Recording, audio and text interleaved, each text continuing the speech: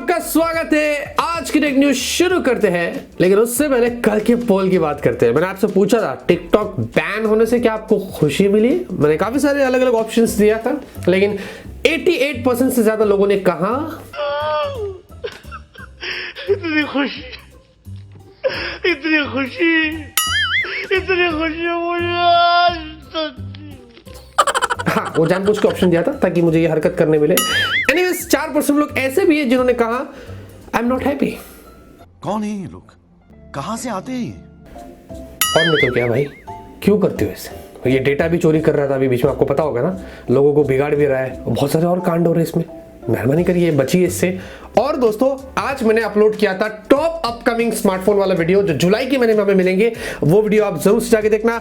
गर्मा गर्म tech news है, हमेशा की तरह लाइक करते रहिए, बहुत मजा आता है आपकी लाइक्स देख के। ज्यादा नहीं मिस नहीं करते, फटाफट से आज की टेक न्यूज़ शुरू करते हैं। तो पहली खबर की बात करेंगे, शुरुआत करते हैं टिकटॉक से। ये मेरा स्टाइल है, आप यूज कर सकते हैं टिकटॉक।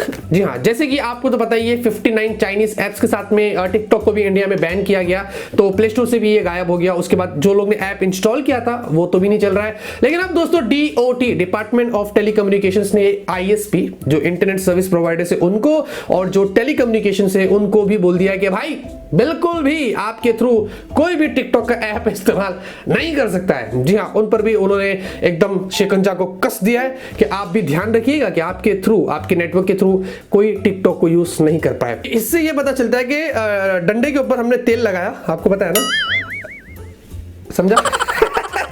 और इन सारी चीजों से रिगार्डिंग फाइनली चाइना ने भी रिस्पॉन्ड किया, मतलब उनको थोड़ा फर्क पड़ा है इस बात में, और उन्होंने इंडिया को इनडायरेक्टली ऐसी धमकी दे दी कि आपको भी नुकसान हो सकता है। जी हाँ, उन्होंने WTO की बात करी है, जो है वर्ल्ड ट्रेड ऑर्गेनाइजेशन। जब दो कंट्री के बीच में ट्रेड की बातें होती है तो एक डील साइन होती है और उनमें बहुत सारे रूल्स एंड रेगुलेशंस होते हैं। जो चाइना ने इंडिया पर इल्जाम लगा के ऐसा बोला कि आपने इसको ब्रेक किया है, बिना जानकारी के, बिना इंफॉर्मेशन के आपने एप्स को ऐसे कैसे बैन कर दिया, तो बिजनेस पर उनको इफेक्ट हो रहा है, इसलिए उन्होंने ऐसी बात कही है। तो ये एक डील होती है जो इंटरनेशनली आपको पता होगा। लेकिन यहां पर बात ये ना कि देखिए हमने तो किया हमको जो करना था। आपने भी जब बॉर्डर पे फायरिंग की तो आपने क्या बोल के किया था? नहीं किया था ना, तो हम भी बोल के नहीं करेंगे, जो करना हमारी मर्जी से हम करेंगे। तो अभी शुरुआत है, इंडिया पता नहीं आगे भी और क्या क्या कर सकता है, तो धमकी मत दो, हम डरते नहीं है, चुपचाप बैठे। इसका मतलब ये नहीं कि हम बच्चे। देखते दोस्तों क्या होता है, अभी तो थोड़े टाइम में हमें और भी इस पर बातें पता चलेगी। तो क्या दोस्तों, इंडिया के अंदर जब से टिकटॉक बैन किया हुआ है तब से उसके जैसे ही क्लोन एप्स की इंडिया में निकल पड़ी है। जैसे कि मित्रो जो भी चलती पे चल पड़ा था, हालांकि मेरे लिए तो दुश्मन है। दूसरा है चिंगारी जो आजकल बहुत चल रहा है। तीसरा रोपोसो, उसके बाद बहुत सारे और भी है।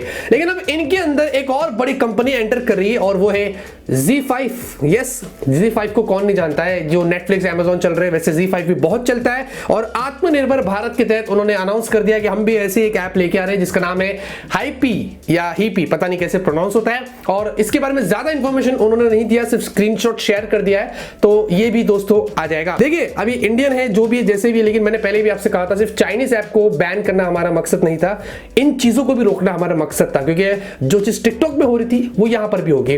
तो अच्छे क्रिएटर्स होते हैं जो अच्छे काम करते, लेकिन 90% से ज्यादा आपको पता ना कैसे कंटेंट्स बनते, तो ये आप पे डिपेंड करता है। मैं इसके बारे में कुछ नहीं कहूंगा, लेकिन ये लोग भी आ रहे हैं, आप देखते हैं कि इनका ऐप कितना खास होता है। तो यहां पर दोस्तों OnePlus की तरफ से खबर आ रही है फाइनली। दोस्तों मैंने तो कल आपको टेक न्यूज़ में बताया नहीं क्योंकि काफी लेट हो गया था और इतनी तो मोहब्बत है नहीं मुझे OnePlus से कि मैं उसके लिए वेट करूं। लेकिन फाइनली दोस्तों OnePlus Nord ऑफिशियली कंफर्म्ड हो गया है। हाँ, उन्होंने Nord ऐसा बताया कि इसका नाम होने वाला है। और दो और बड़ी चीजें यहां पर सामने निकल कर आई है। एक तो दोस्तों पीट लाउ ने यह बता दिया कि OnePlus जो Nord आएगा उसकी जो प्राइस होगी वो $500 से नीचे होगी। $500 कन्वर्ट कर लो तो 38,000 होता है।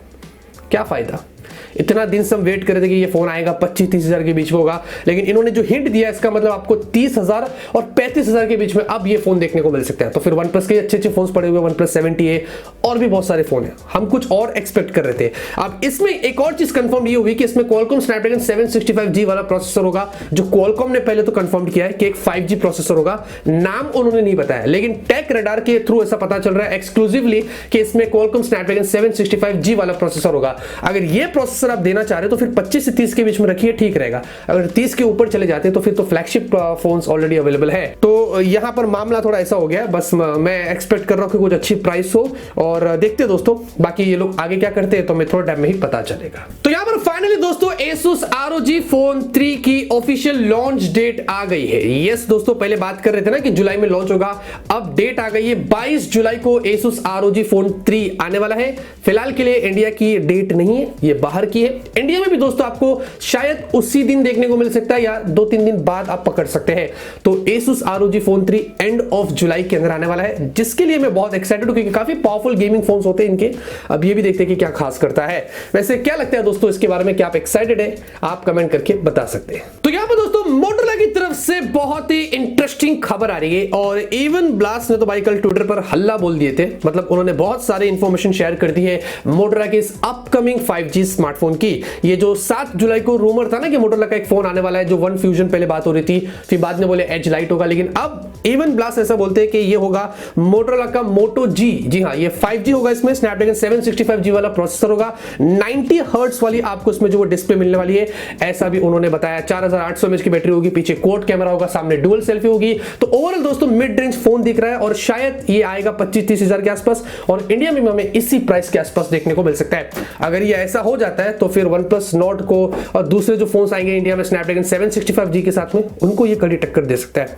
7 तारीख के बाद ही पता चलेगा कि मोटोरोला मोटो जी में हमें क्या खास देखने को मिलता है। तो यहां पर दोस्तों वीवो की तरफ से खबर आ रही है। वीवो के जो इंडिया हेड है निपुण मारिया जी ने एक नया ट्वीट डाल दिया जहां पर उन्होंने अपकमिंग X50 सीरीज जो आ रही है वीवो की, उसके बारे में उन्होंने उसको टीज कर दिया। इसका मतलब दोस्तों ये फोन बहुत ही जल्दी हमें इंडिया में देखने को मिलेंगे। अभी जुलाई शुरू हो गया तो समझ लो थोड़े दिनों में ही हमें ऑफिशियल लॉन्च डेट भी पता चल जाएगी और फोन्स भी हमारे पास बहुत ही जल्दी आ जाएंगे। Vivo X50 series premium category के स्मार्टफोन से अलग अलग आपको वेरिएंट्स मिलते हैं, क्या खास होते हैं और इंडिया में ऑब्वियसली एक्सपेंसिव ही होंगे क्योंकि वीवो के फोन हमें सस्ते नहीं मिलते।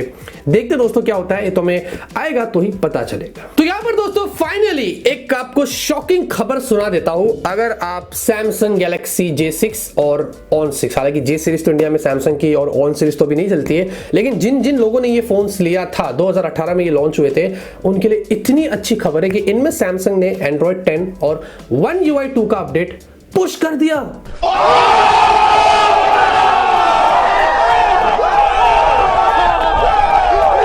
इतनी खुशी हुई कि मुझे नहीं लगा था कि सैमसंग इतने पुराने फोन्स पर भी ध्यान देगा, लेकिन नहीं, सैमसंग ने अच्छा काम किया कि उन्होंने J सीरीज पर भी मुड़ कर देखा और Android 10 और One UI 2 का दे दिया अपडेट। तो अगर आप यूज करते हैं इन फोन्स को तो खुश रहिए और सैमसंग ऐसे अगर अपडेट्स पुश करता रहा और फोन्स की प्राइस अच्छी रखा, क्योंकि after sale service brand value तो मानते हैं, तो फिर तो भाई सैमसंग कमाल कर देगा। तो यहाँ पर दोस्तों आज की सबसे गर्मा गर्म सबसे ताजा खबर की बात करें तो finally Poco M2 Pro India के अंदर ऑफिशियल लॉन्च डेट आ गई है। अचानक में भयानक हो गया भाई। हाँ, उन्होंने ऐसा बताया 7 जुलाई को इंडिया में पोको M2 Pro आने वाला है। फील द सर्ज और बड़ी बड़ी चीजें उन्होंने वहां पर लिख दी और उसका पोस्टर वगैरह आ गया। फोन देखेंगे पीछे गौर से देखेंगे तो Redmi Note 9 सीरीज से काफी मिलता जुलता है। डर लग रहा है कहीं ये फिर से रीब्रांड ना हो किसी का, लेकिन मनमोहन जी ने जहां तक ऐसा एक बार इंटरव्यू में बताया था कि ऐसा कोई रीब्रांड नहीं होगा, तो शायद कुछ चेंजेस हो गए इसमें, लेकिन देख के तो पीछे से तो कुछ वैसे ही लग रहा है। अब प्राइस भी मुझे लगता है शायद इस बार थोड़ी एग्रेसिव फॉलो रखने वाले। पहले भी क्या हो ना, पोको X2 रीब्रांड हुआ था तो बहुत बातें की हमने, लेकिन अभी आज भी देखेंगे तो one of the best budget smartphone है। तो ये भी पहले बहुत बातें करेंगे, लेकिन बाद में पसंद आएगा तो लोग खूब यूज करेंगे। मेरे पास आ गया, काम चल रहा है 3 दिन से, मैं बोल नहीं सकता था क्योंकि एम्बार्गो पड़ता, लेकिन आप बोल सकता हूं। देखिए दोस्तों क्या होता है खास 7 तारीख को आपको पता चलेगा। आपको पता है कि दोस्तों 3D प्रिंटर से हम बहुत सारी चीजें आजकल बना देते हैं, लेकिन आपको क्या पता है वर्ल्ड की जो लार्जेस्ट 3D प्रिंटर है उसने 25 फुट लॉन्ग एक बोट को बनाया था, वो भी सिर्फ 72 आवर्स में। हाँ, वो 3D प्रिंटिंग बोट थी। यस, तो आज की न्यूज़ पे खत्म होती है। आपको आज की न्यूज़ पसंद आएगी, अगर आपको पसंद आप जरूर से वीडियो लाइक करिए, नीचे वाला वीडियो जरूर से देखना। मिलता है आपसे अगली वीडियो में एक नए वीडियो के साथ। Till then great day and always keep smiling.